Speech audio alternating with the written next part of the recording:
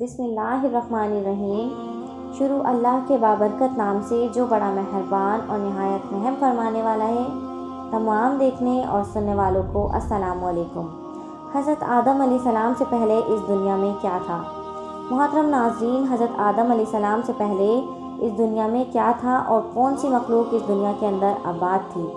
اور حضرت آدم علیہ السلام کے بعد اور حضرت انسان کے بعد اس مخلوق کو کہاں پر بھیج دیا گیا اور اس کائنات کو اللہ تعالیٰ نے کس طرح تخلیق فرمایا، اور آج کی جدید سائنس اس کائنات کی تخلیق اور اس میں بسنے والی مخلوقات کے حوالے سے کیا کہتی ہے؟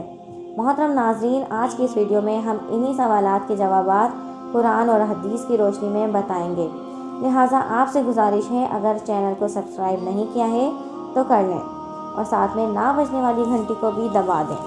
دوستو، روایات کے اندر آتا ہے کہ کچھ لوگ حضور اکرم صلی اللہ علیہ وسلم کی بارگاہ کے اندر حاضر ہوئے اور انہوں نے عرض کی، یا رسول اللہ صلی اللہ علیہ وسلم، اس کائنات کے اندر اللہ تعالیٰ سے پہلے اس کائنات میں کیا تھا؟ تو حضور اکرم صلی اللہ علیہ وسلم نے فرمایا، اللہ تعالیٰ سے پہلے اس کائنات کے اندر کچھ نہ تھا، صرف اللہ تعالیٰ کی ذات ہی موجود تھی۔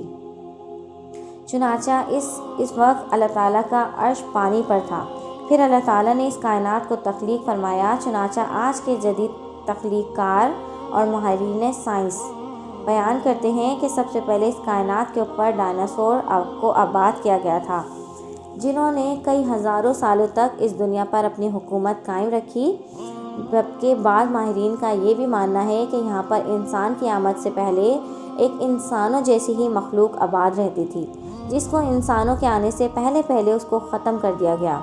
جبکہ بعض لوگوں کا یہ بھی کہنا ہے کہ حضرت آدم علیہ السلام سے پہلے یہاں پر جنات آباد رہا کرتے تھے، لیکن جب انہوں نے اللہ تعالیٰ کے احکامات کی نافرمانی کی تو اللہ تعالیٰ نے فرشتوں کے ایک گروہ کو اس زمین پر بھیجا، جس نے آ کر ان جنات اور شیاطین سے جنگ کی، جس کے بعد ان میں سے کافی لوگوں کو گرفتار کر لیا گیا اور کچھ لوگ واجب الجہنم ہوئے، جبکہ باقی جنات کو جزیروں اور باقی جنگلات کی طرف دھکیل دیا گیا تاکہ یہاں پر حضرت انسان کو آباد کیا جا سکے۔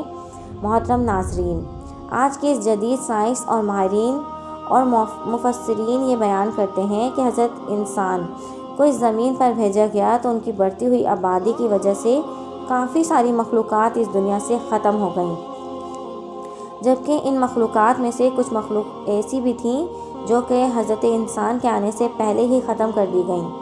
چنانچہ اس کائنات کی تخلیق کے حوالے سے اللہ تعالیٰ نے ارشاد فرمایا ہے کہ وہی ہے جس نے آسمانوں اور زمین کو 6 دن کے اندر پیدا فرمایا، پھر عرش پر جلوہ فرمایا۔ وہ خوب جانتا ہے جو کچھ زمین کے اندر ہے اور جو کچھ اسے آسمانوں کی طرف سے نیچے آتا ہے اور جو کچھ اس پر چڑھ کر آسمانوں کی طرف بلند ہوتا ہے، اور جہاں کہیں بھی تم ہو وہ تمہارے ساتھ ہے۔ اللہ تعالیٰ تمہارے اعمالوں کو دیکھ رہا ہے۔ اس طرح سے قرآن پاک میں اللہ تعالیٰ ارشاد فرماتا ہے کہ اور اللہ کی ذات ہے جس نے زمینوں اور آسمانوں کو صرف 6 دنوں کے اندر پیدا کیا، اور اس کا عرش پانی پر تھا۔ اور حضرت امام احمد بن حنبل روایت فرماتے ہیں کہ نبی کریم صلی اللہ علیہ وسلم سے کسی صحابی نے عرض کیا کہ اے اللہ کے نبی صلی اللہ علیہ وسلم، زمینوں اور آسمانوں کو بنانے سے پہلے اللہ کہاں پر موجود تھا؟ تو حضور اکرم صلی اللہ علیہ وسلم نے ارشاد فرمایا، وہ اما میں تھا۔ چنانچہ اللہ تعالیٰ نے سب سے پہلے قلم کو پیدا فرمایا، پھر اللہ تعالیٰ نے قلم کو حکم دیا تو قیامت تک ہونے والی ہر چیز کے بارے میں اس قلم نے لکھ دیا۔ چنانچہ اس قلم نے تمام چیزوں کے بارے میں لوح محفوظ میں لکھا ہے۔ یہ وہی لوح محفوظ ہے جس کے بارے میں قرآن مجید میں آتا ہے کہ ہر خشک شے اور تر چیز اور زمین اور آسمان کی کوئی چیز ایسی نہیں مگر وہ لکھی ہوئی کتاب کے اندر محفوظ ہے۔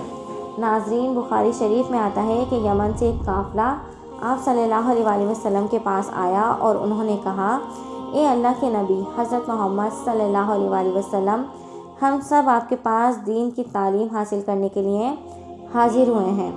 ہم لوگ اس سوچ میں ہیں کہ اللہ پاک نے زمین میں سے سب سے پہلے کس کو پیدا کیا ہے؟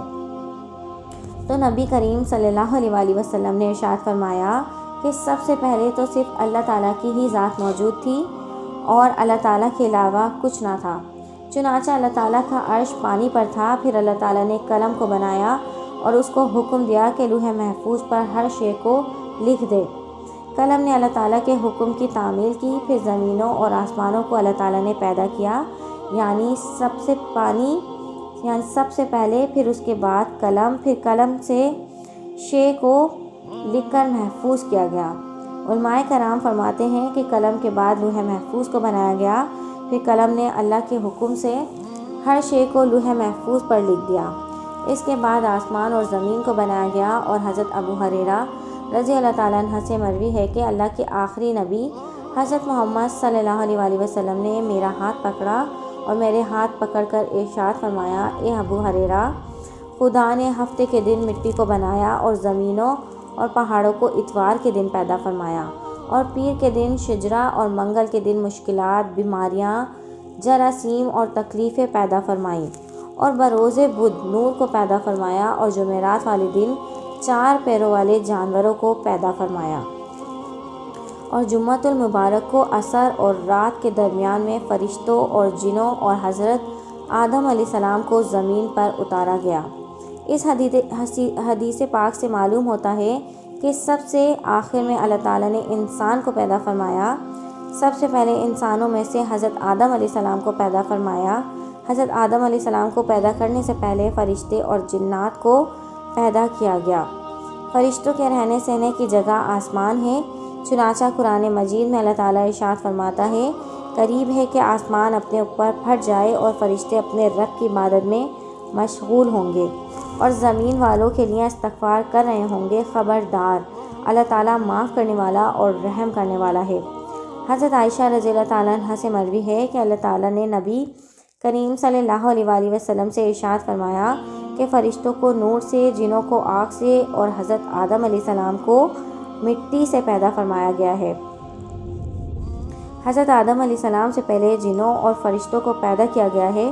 چنانچہ قرآن مجید میں اللہ تعالیٰ ارشاد فرماتا ہے کہ اس سے پہلے جنات کو لو والی آگ سے، یعنی آگ کے شعلوں سے پیدا فرمایا ہے۔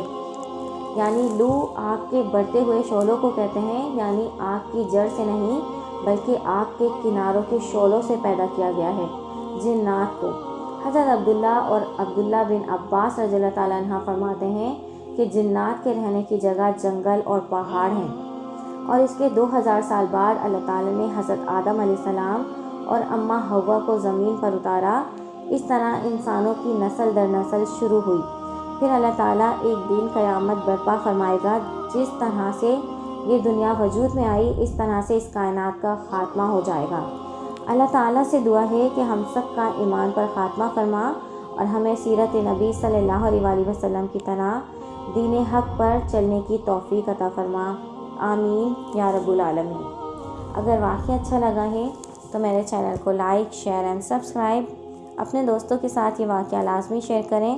Thanks for watching. اللہ حافظ۔